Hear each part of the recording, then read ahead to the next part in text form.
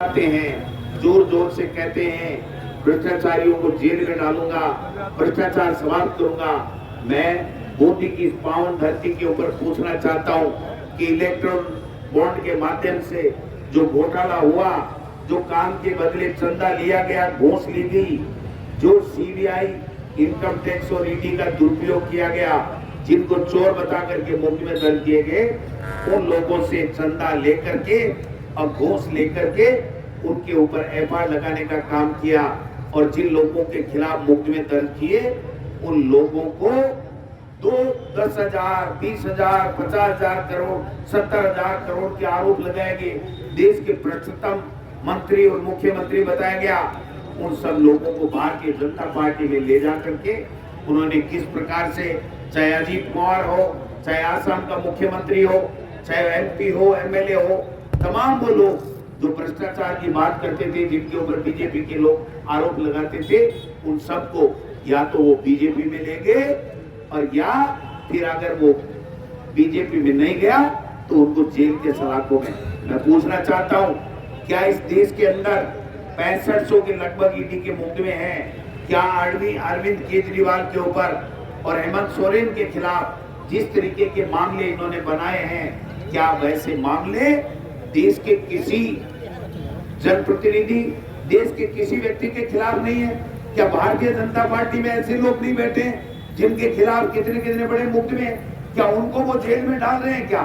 आज असम का मुख्यमंत्री को मोदी जी सबसे भ्रष्टतम बताते थे, वो व्यक्ति आज असम का मुख्यमंत्री है। जिस अजीत पवार के लिए कहते थे कि फडणवीस जी वहां के पूर्व मुख्यमंत्री, कि अगर बीजेपी की सरकार आ गई तो हम इनको जेल में चक्की पीसिंग, चक्की पीसिंग, चक्की पीसिंग, पीसेंगे चक्की, राज करेंगे, राज करेंगे, राज करेंगे, उप मुख्यमंत्री बना रख रहे।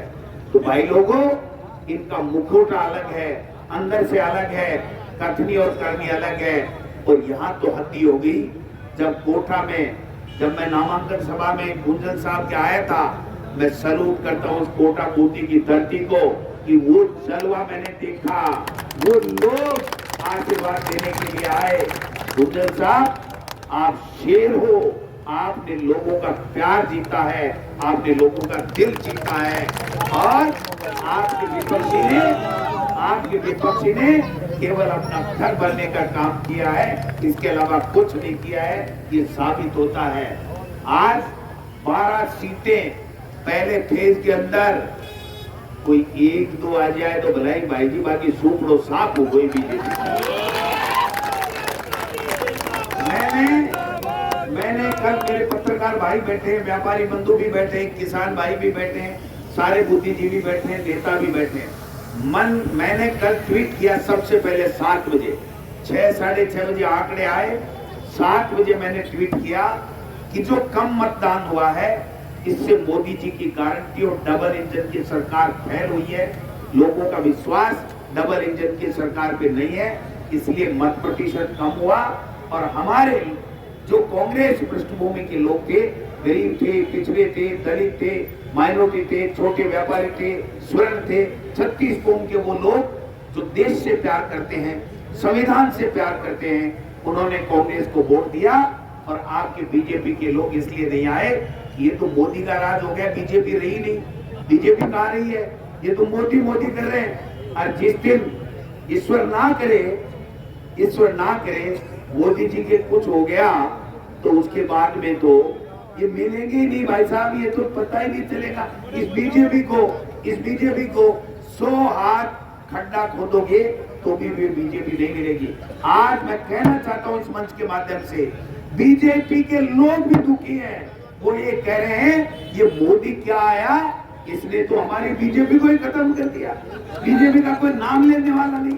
हर जगह देखो, एक गाड़ी में हर जगह लिखवा दिया, इसमें मोदी का परिवार बैठा, इसमें मोदी का परिवार बैठा। ये परिवार है कहाँ बाबा जी, बताओ तो सही, कहाँ पे?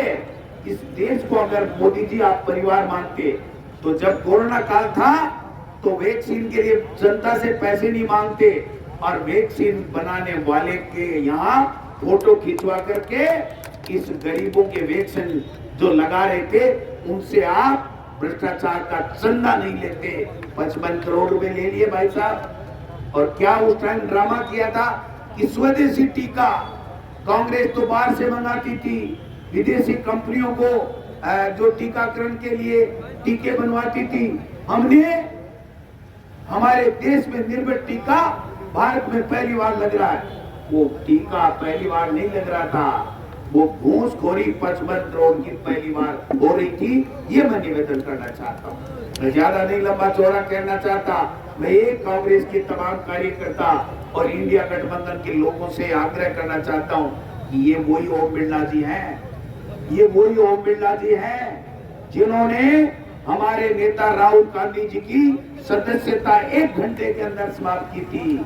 ये वही ओम बिरला जी हैं जिन्होंने 150 चुने हुए सांसदों को लोकसभा से बाहर निकाल करके काले कानून पारित करवाए आनंद फानन में। ये कभी न तो कानून को मानने वाले हैं, न आपको मानने वाले हैं, न आपके काम करने के लिए पैदा हुए। ये केवल अपना घर भरने के लिए पैदा हुए हैं।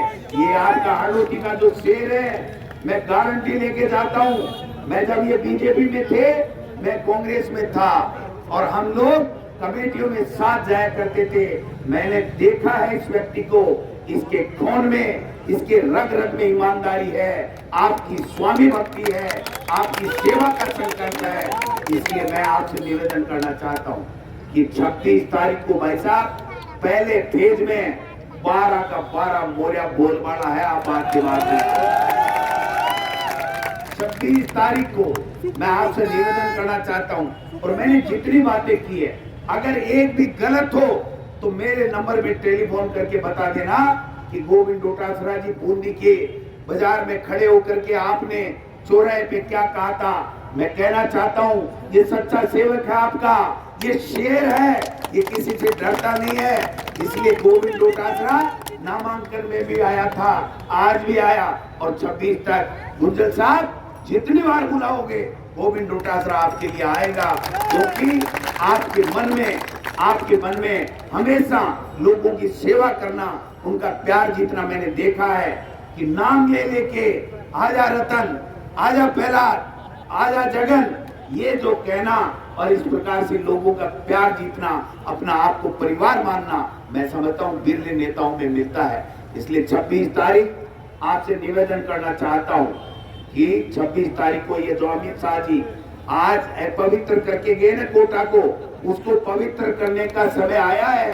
26 तारीख को आपके सामने एक मशीन आएगी, उस मशीन पे 3 नंबर पे प्रहलाद गुंजल का नाम आएगा। प्रहलाद गुंजल के नाम के आगे ये जो फोटो है ना आपकी, ये प्रहलाद गुंजल आपका सेवक, आपका भाई, आपका भतीजा, आपका साथी, आपका सेवक है, इसकी फोटो आएगी। और उस फोटो के आगे हाथ का निशान आएगा। हाथ के निशान के आगे भाइयों एक नीला बटन आएगा। नीला बटन ध्यान रखना, वो काम की चीज है, बहुत काम की चीज है। उसे देश की दिशा और दशा का फैसला होना है। उस नीले बटन को इतने जोर से दबाना, उस नीले बटन को बूंदी वालों, बूंदी के लोगों, हाथ जोड़ के निवेदन कर रहा हूँ, उस नीले बटन को इतनी जोर से दबाना कि कोटा बूंदी का सांसद चू के साथ में पहला गुंजल निकले और ओम बिरला जी का मोरिया बोले। ये बुलाजोगा के बुलाजोगा तो बुलाजोगा जना मैं थाकी गए छोड़ दूं। लेकिन मैं एक बात कहना चाहूं कि मनन करियो, कि सोचियो, जितना भी लोग मेरी बात सुने या सोशल मीडिया के, कि प्रहलाद गुंजल कैसा व्यक्ति है और आपका बीजेपी का सांसद कैसा व्यक्ति है। उनको अपने काम से, अपने व्यापार से मतलब है और प्रहलाद गुंजल को आपकी सेवा से मतलब है। ये दोनों में फर्क है। और देश में जो इंडिया गठबंधन बनेगा, मैं आपको बड़ी बात कह के जा रहा हूँ, पार्टी का प्रदेश अध्यक्ष होने के नाते इंडिया गठबंधन की सरकार बन रही है और जो लोकसभा के स्पीकर को हराएगा उसकी राज में भागीदारी होगी। ये मैं आपसे निवेदन करके जा रहा हूं। आपने राज में भागीदारी ओम बिरला जी की देख ली और आप इंडिया गठबंधन की सरकार बन रही है 4 जून को। आप पहला गुर्जर की राज में भागीदारी देखना, आपका नक्शा बदल देंगे, आपके जीवन में प्रोफाइल बदल देंगे। आपके साथ मिलकर के आपके जितने भी समस्याएं हैं उनका समाधान करेंगे। ऐसे व्यक्ति को जिंदा रखना जरूरी है जो वसूलों पे जीता है, किसी के तल में नहीं चाटता है। खुददारी है इनके खून में। ये आदमी जोरदार है। आपके शेर को मैं सैल्यूट करता हूं, आपको सैल्यूट करता हूं और आपसे पुनः निवेदन करता हूं कि ऐसे व्यक्ति को एक बार लोकसभा में भेज करके देखो, ये कोटा बूंदी का नक्शा बदल देगा। इन शब्दों के साथ आपने मेरा सम्मान किया।